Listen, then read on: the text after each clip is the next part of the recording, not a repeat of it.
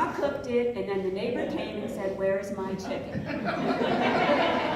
Well, needless to say, my father and brother really got a whipping. His brother and my father really got a whipping that night. Maybe Ralphie was involved in that too.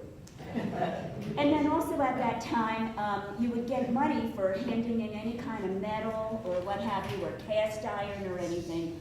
And one time, a neighbor was cooking something on the front porch.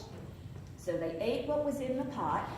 They brought the pot to be recycled, and they went to see my grandmother and grandfather and gave them the money they had gotten for the pot. And they said they worked very hard to have this, to give my grandmother this money to buy food for all of his younger brothers and sisters. And then one other thing that I learned from talking to him about his childhood is that him and Uncle Mike, and I'm not sure if any of the others, they caddied at the Plainfield Country Club for all of the doctors and the lawyers and what have you. And he said that they would carry the heavy golf clubs all through the course, and that at the end, usually these people would let them hit the ball. And him and Uncle Mike were really good at golf. They were really pleased. In fact, they played better sometimes than the doctors and the lawyers did.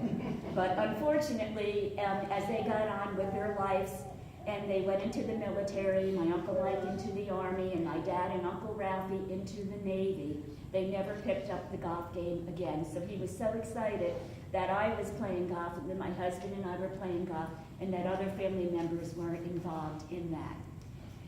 And my grandmother, when her 3 children went off to the military for World War II, had 3 stars in the window, one for each of her children, and that was the tradition back during World War II. And fortunately, all 3 of them came home, and they all seemed to be okay. They weren't terribly scarred from what they went through in World War II. And then my father met my mother, and the first date was at a roller rink, and then their second date was at a movie, and I'm not sure where the third date was, but he did tell me that he never kissed my mother until the third date. So that was very important. And he also told me that they didn't do any monkey business until they were married. I guess we all know what that means. But he was a funny guy. He was a funny guy, and there never was a filter on his mouth. He would always say what he thought. I mean, there were times when he said to me, "I think your sister's prettier than you are," you know, and then he would say things to people that, like, they went, you know, whatever. Like he would say to my Uncle Nicky, he would pick on him quite a bit, tell him he was dumb and stupid, things like that. But he never, ever really meant it. He just said what came to his mouth, and the words just flowed out. But in reality, he loved all of his family, and he provided well for his children. I had, and my sister and brother, and I'm talking for both of them as well, from their heart, how much they loved him and how much we loved our childhood. Growing up by our cousins and seeing them all the time, getting into trouble all the time, getting together at family functions, swimming together, and just growing up in the Arbor section of Piscataway were some of the best memories that I had. And I still love all of my cousins, all of my aunts, all of my uncles, all of our friends, because they meant so much to me then, and they meant so much to my dad, and that he could provide such a wonderful childhood for all of us. Toward the end, when he got very, very sick, and we had to put him in the facility, because I couldn't take care of him anymore. I wanted to, but I just couldn't do it. I couldn't lift him when he fell. I couldn't take care of his bathroom needs. And we had to do it. We put him in a beautiful, what we thought was a beautiful place, and it was. It was a beautiful, brand new facility, and we had to sell his car, and we had to sell his house, and all of his belongings. We kept a lot of his belongings, as you can see out there, and we have boxes of stuff in my brother's attic of my dad, and tons of photographs that we're going to be going through and passing them out to different people, because as you know, Uncle Eddie always had the camera, and the movie camera, and he was always taking pictures of everybody. But he never seemed to accept where he was. He loved when we all visited, and Darlene would fly up. I would come up quite often, My brother and Rhonda went once a week. The kids would go in and stop and see him, and he loved having his family. And the last day that I saw my dad alive was about a week before he passed away. And at that time, the dementia was very, very bad, where he was talking about catching a train from Chicago to go to New Jersey after the war. And then he would talk about his military work. Then he was insistent that he had done all of the driveways and the parking lots at the facility.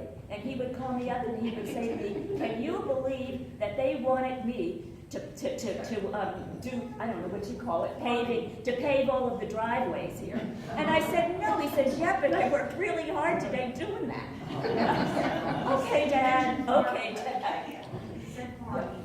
Pardon me? Yeah, the farm. And the farm, oh yes. He talked about so many things toward the end. He talked about how much he loved what he did, being a member of the Operating Engineers 825, and what a wonderful career it was, and he was always loyal to the union, all the time. Didn't he, about a month ago, call the union hall and said he wanted to go back to work? Yeah. Yes.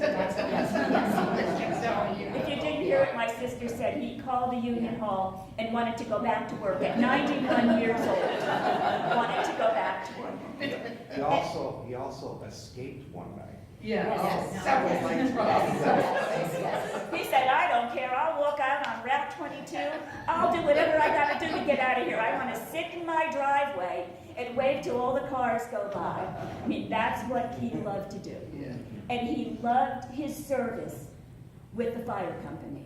It's probably close to, I don't know, 48 years, 50 years that he was a volunteer at the Possumtown Firehouse.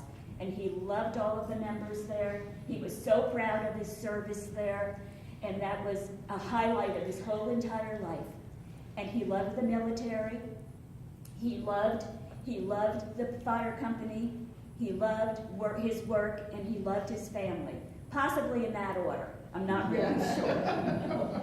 But he was a very, very kind man. And I will always miss him. And the last day that I went to the facility, when I walked in, he looked at me and he had a moment of knowing what was going on, and he said, oh, here's my precious daughter. And then we talked a little bit more, and then he wanted me to walk him around the hallway to take him to the train station. And he was worried about not having money for the ticket, and I said, Dad, you know your family always pays all your bills. Your ticket is paid for, don't worry about it. Then we went back into the room, and I said, Dad, do you know who loves you?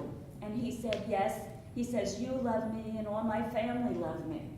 And I said, yes, we do, Dad. We'll always love you. You were a great man. And then as I was walking out of the facility, I heard him say to the people there were like 15 people in the room, and they were in their wheelchairs, and some of them were physically incapacitated, some of them were mentally, but he was saying to them, and I could hear him as I was walking to the door, saying, you know, I was so mad at my family. They stole my car. I was 91 years old and I still wanted to drive. He said, they sold all my furniture, all my stuff, and they sold my house. And he says, but you know what? I forgive them. So when I walked out of there, I said to myself, this is probably the last time I'm going to see my dad. And when he started failing, and I talked to my brother and Lisa, and they went to see him, and they said, you really don't want to go and see him like this.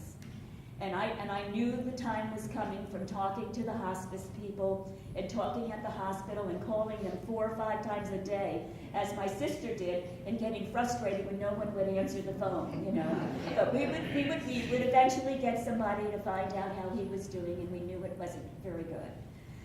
But at any event, he knew all of his family loved him, and he knew that.